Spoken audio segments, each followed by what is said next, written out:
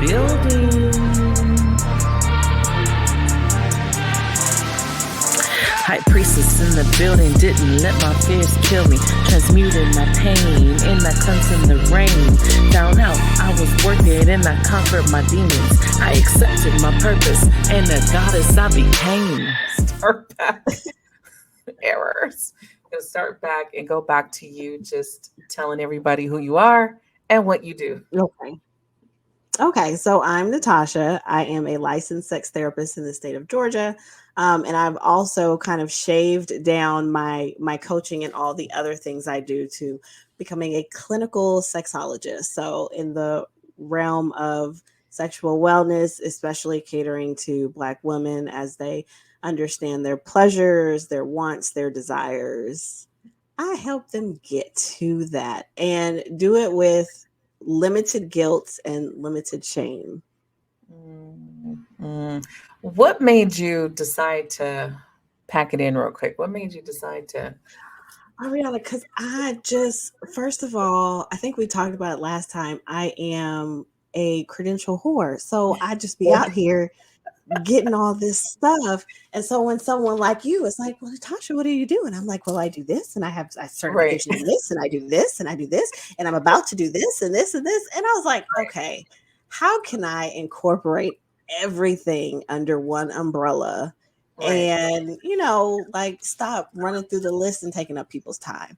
So because I've gotten my coach certification, I can also be considered a clinical sexologist, which is just like anything the research of, sexual wellness and, anything Mm-hmm. under the sex umbrella. So I said, okay, that fits for everything. So now Right. that's what I'm going with. It's crazy because we were just talking about this, like what I told you about the retreat stuff, and it was like I can do so many things, but I don't want to do everything. It's Right. tiring sometimes when you're trying to be everything, and it's just like Mm-hmm. it comes in handy when needed. But like sometimes you just gotta sit back and let somebody else let somebody else do Yes. that part. Yes. I'm gonna Yeah. focus on this. Right. So if I bring on someone and they're like, do you have a certification in that? I don't have to explain why I'm not doing it. Right, right, This is the umbrella. This is what I can do it all. I'm just not right. going to do it all. Exactly. Yeah, it could get. I am too. We did talk about that last time because I'm like, yeah, I love to just learn stuff and do stuff, but then it does get Mm-hmm. overwhelming of okay, so you do this and you do that, and yeah, it gets kind of all over the place sometimes. So I can see the let me just focus here. But Mm-hmm. going into it, and just I love that you focus on this because like I said, going into this in 2023, we see people, especially women, we are still in a place where we don't know our bodies. We are still in a place Mm-hmm. where sex is shameful to talk about it. We're still in a place that we don't have open conversations with our children. We're still in this hush hush sexual age. And it's like, but then you have the younger generations coming up where it's too fucking much. They talk about it all very open. It's like everybody, unfortunately, the younger generation is coming in it, I think, with the worst kind of outlook on sex. You want to claim it, but you're claiming it to me in the wrong way. And it's like you Mm-hmm. want to claim it, but you're claiming it as if you were a man, and we're not. We're women. We got to stand in that power. We got to claim it as a woman, Yes. and so that's Yes. the only problem with the younger version coming up. And I'm just like, I understand what you guys are trying to do. I see what you're trying to do. Right. Well, and then I mean, they're getting information based off of like a very power hungry masculine viewpoint, even Right, from a woman's standpoint. I can say for right, myself, like I am learning to be feminine. I'm learning to be soft, and right. coming from being an alpha female trying to ask for help and all of that, it's really hard and it looks different. Yeah, So they can only go off of what they see. We're just now learning what it means to be soft and come right, off of that go, go, go. I got to do. I got to learn, learn, learn. Let me pound my chest type right, of environment. right. So, of course, it looks like we went from one extreme to the next, but eventually it's going to get right while we continue to learn. Eventually it's going to balance in the middle. Yeah. I mean, I'm an alpha and I get it. Like, especially when I was younger, I get it. But a lot of my rah rah, I don't need nobody came from hurt and pain though. It came from trauma. It wasn't that I just really didn't, because it would have felt nice to have that support. But I didn't realize Mm-hmm. not letting myself be soft also was like a repellent. It was also like a repellent, not being able to just sit in Mm-hmm. that space and let somebody else like take over. It's like you get into only you can do it right. Only I can do it right. Yeah. No one Yeah. else is going to And do it then right. my way is the right and Right. only way. Right. No other way is it going to happen. Only if I do it. But that's spreading yourself Mm-hmm. thin and not allowing people to help you. And it's in all the wrong spaces and ways of doing so. Um, so that's why I was just like, I know it comes with teaching. I know, like the generation before me, my mom didn't teach me anything about sex. I had to learn all that shit on my own, you know. But I would like to see more women get more comfortable with this conversation and not it just being Yes. hush hush and just sitting in this place of not being satisfied. And then also putting this that satisfaction on the men, like it's their duty to make you feel good. And I hear that a lot with women still. And I'm like, wait, Mm-hmm. have we not crossed over to say that we are in control of how we feel and what's going on? Okay, let's talk about this a little bit more. Let's get a little bit more into Mm-hmm. this, because I know that one of the things that I'm a firm person, like go masturbate. I tell everybody Oh this. yeah. Go masturbate. You need to masturbate, especially if you're a woman. Boys, everybody knows they're going to do it. Everybody knows that they're doing it and no one says shit. Mm-hmm. It's just normal. But women don't get that. Women don't get that encouragement like, yes, go touch yourself, because it's like a don't touch yourself. We don't want. Right, because either they've grown up, what I found within my clients is there's a lot of that religious background, which Mhm. very much frowns upon that. And so, even if they did do it, there was so much shame and guilt about how bad of a person they were. And then there's also, they possibly had got caught, and instead of being given the, just we do that in our own time, like this, Right, that, and the other, right, they were definitely like, the trauma comes from, I got caught and I was yelled at, or I got hit, or I was right, like ridiculed, or I've even had someone say the parents were threatening to expose them to everybody in the family and like point the finger, right. look at you, look at what you're doing. It's like horrible. I know, I know, but that Horrible. is a very common experience. And so, even in their mind, we start talking about the inner child. When they Right, go to do something like that, their body is taken right back into that moment. And that shame and that guilt is, even though it feels good, it's like, but I know that God is watching me and I'm not supposed to be doing this. This is bad.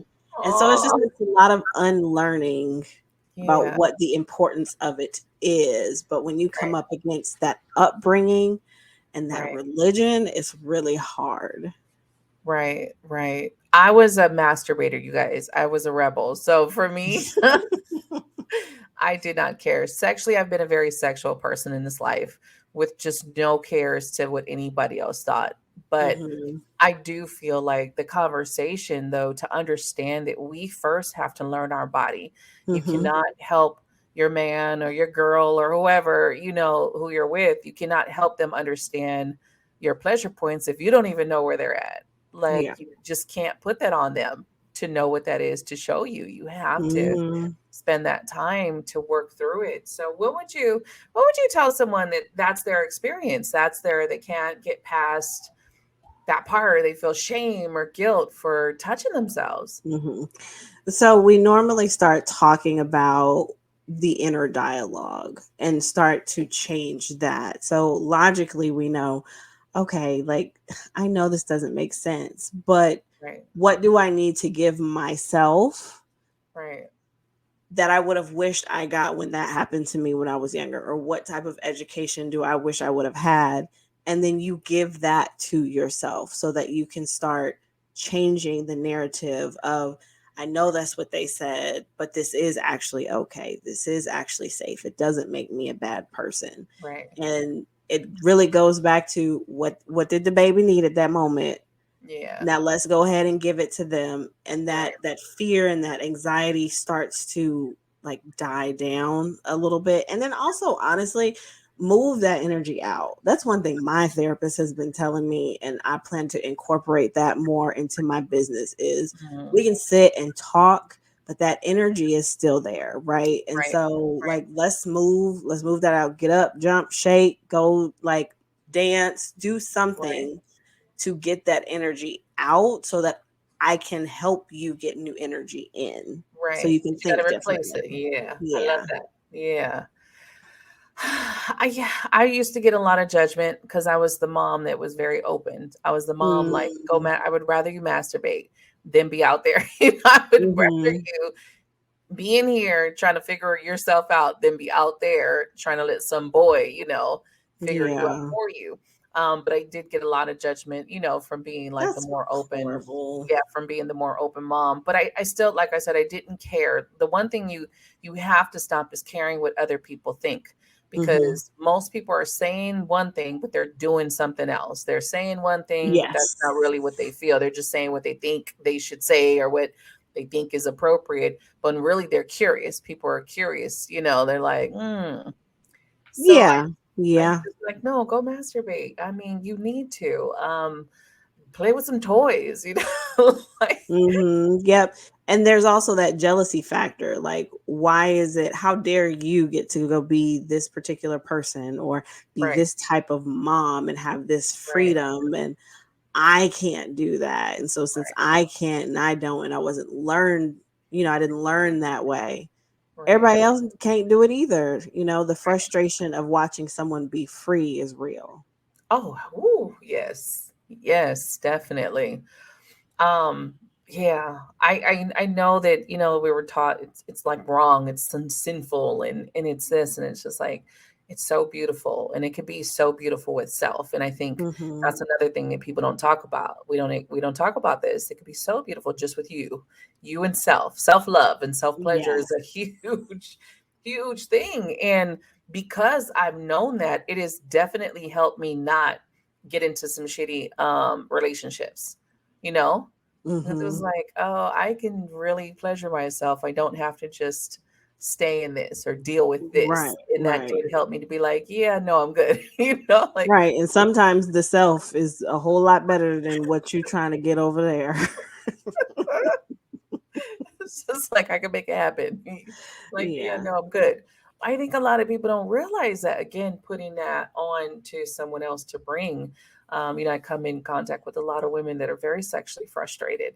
Oh, And yeah. when you talk about it, it's like, well, he's not doing this and he's not doing that. And it's like, What are you why is he doing? yeah, why is it in his hands?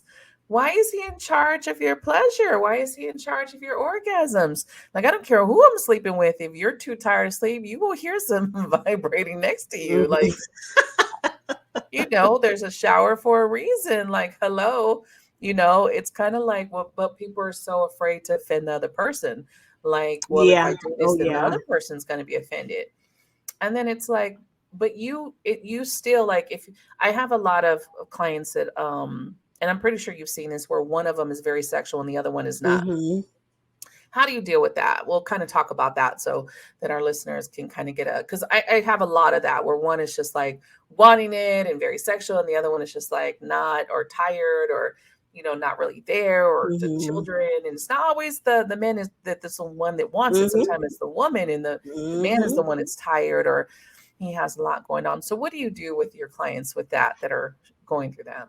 So normally what we do is break down what a day looks like. What are all the things that you have going on your plate? Because a lot of times they don't take into consideration you're doing too much, Right, and you're not setting up boundaries, you're not speaking up for yourself, and that's why you're exhausted.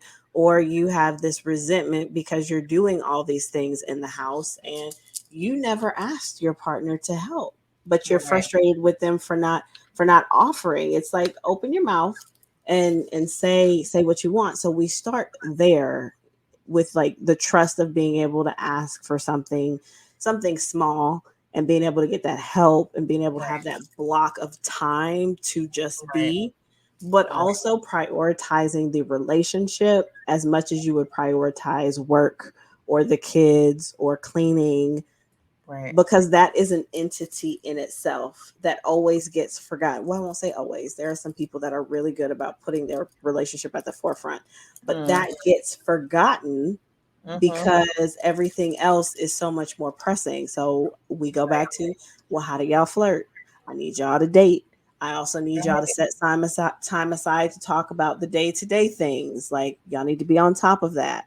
You got an Right. issue with dishes? Sit down and talk about the dishes. Let's have a plan. That's no longer an issue. We figured Right. out a plan. So it's a lot of planning, a lot of talking, a lot of spending quality, intentional time together, doing Right. fun things. And then once we get that under control, then we start talking about the bedroom. It's a while before we even talk about the bedroom because there's so many other external factors that Right. are affecting my clients internally, which Right. then affects sex. Right. Yeah, a lot of women, I think a lot of women don't understand performance anxiety for men, and how Oh that yeah. works with them. And it's not like us. We have a hole, they have a stick. It's very different. We don't have to make sure that Yeah. ours is rock hard. Like, we don't have to make sure, we have our issues, hmm but men do have that performance anxiety, and that definitely can get in stress, worry. And a lot of times, I get a lot of women who think their men are cheating, but it's actually not. They're just stressed the hell out and they got a lot on their Yeah. plate, and they just, it's like, okay, so what else? And that's where the conversations come up of like, what else is going on in the Yeah. house of, and you see all of those things. The new baby is always one of them where, the new baby in the house is kind of Oh shifts yeah. life. And I'm like, the thing about it, I'm like, look, dating, flirting is a big one. Just that flirting, grabbing each other's hmm asses in between. It's like Yes. people get scared to do that. It's like you want your kids to see you guys flirting. You want your kids to see you guys. You want Right. them to be like, ew, mommy and daddy are kissing again. You want them to see Feel that and that feel love. Yes. exactly, or that plane and that. But people do forget that that is a huge part of it. It's not just about in the bed, the sexual, it's the intimacy hmm in between, the touching, the just grabbing a minute, the hug for that moment, even the talking and stuff is huge. Um, and I do think a lot of people forget. I'm like, did you guys forget quickies? Did you forget that quickies matter? They Quickies do. matter. They forget everything. Well, and they also forget everything because they are going off of what used to be, right? So when we were dating or before we got married or before we had kids, and that's also something we have to talk about is okay, that relationship is over. Like y'all Right, aren't gonna have that anymore. So let's talk right, about what y'all do want and right, what's feasible and what's realistic right now. Like right, it may not be realistic for y'all to have sex every single day. It may not right, be realistic for y'all to have this long, drawn out, spontaneous love making session. It might just be right, let me catch you for lunch. right, But I think they have these expectations of what used to be. And right. when they tell me their goals in the beginning, I'm like, okay, let me give you the real deal. Let's talk about what's realistic. Right, Um, what you want's not realistic right now. And in right. order to get what you want, we have to shift a lot of things. But let's talk about getting a win now and what's realistic right now. They don't Yeah, take into consideration at the more you adult, the more you have to maneuver. It's like a puzzle piece. It's like a jigsaw right, puzzle. right. You had said about you need to speak up, and hmm even with like postpartum depression, and women have that, and they won't speak up and try. Not to say that you're going to explain it to the point that your partner is going to understand it, because hmm believe me, a man is never going to understand what postpartum depression is. They're just never going to get it. They're never going to hmm carry a child in that way. They're just never going to have those emotions and those thoughts in those moments. So, but the more that you can speak to them, the more that they'll be like, oh shit, like this is Mhm, something, this shift is real. This is, how can I help? And not just mhm. tell them, but how can they help you? Because I think I've heard a lot of podcasts on men where they're helpless in those moments. They have Yeah, no clue of what to do. They have no clue of how to help. And we don't do a good job of saying what we need in those moments. Once again, not yeah, speaking up and saying, what is it that you need in this moment? yeah, yeah. And a lot of times they don't know what they want, right? Maybe it is that their partner is, I've changed diapers, I've done this, I've done that. What do you need? I just I just need to be alone, or I just need to sit in Right. the shower for 30 minutes and just Right. cry in the shower without someone banging on the door looking for me, or fingers under the door, or, Right. those things. But those things seem trivial, right? It's like, I don't deserve that. Like, I have this job I got to do as being a mom, and I have this job that I have to do as being a wife, and I Yeah. don't deserve those moments. I'm not worthy of those moments because this is how I was taught to show up, and I never see my mom do it. She was Right. just great and strong, and she was always there and always taking care of everything. And that Right. goes back to what you're saying about what you allow your kids to see.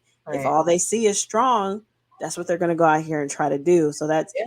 definitely, when we talk about kids with my clients, I'm like, you are the role model. Yes. They're going to do what they see. Ooh. So if you running around here being Joan of Arc and I got it all, that's what they're going to go out to do. Or Yep. that's what your son is going to be like. That's what I want. I want me a strong woman who don't Right. cry, hold everything on her back. And then you're like, what? That's not Right. real. It's not. I was a mom who did the same and never cried, and I wanted to be strong because I wanted to what I thought I was teaching my daughter. But it's crazy because my daughter wasn't a bad kid, but she did become a teenage mom. And I was so furious with her. Like, you were raised by a teenage mom. Like, didn't you see how hard it was? And she looked at me and she was just like, Mom, you made it look easy. And I was like, that shit hit me Oh, in a way that I was just like, you gotta be And fucking. the goddess I became.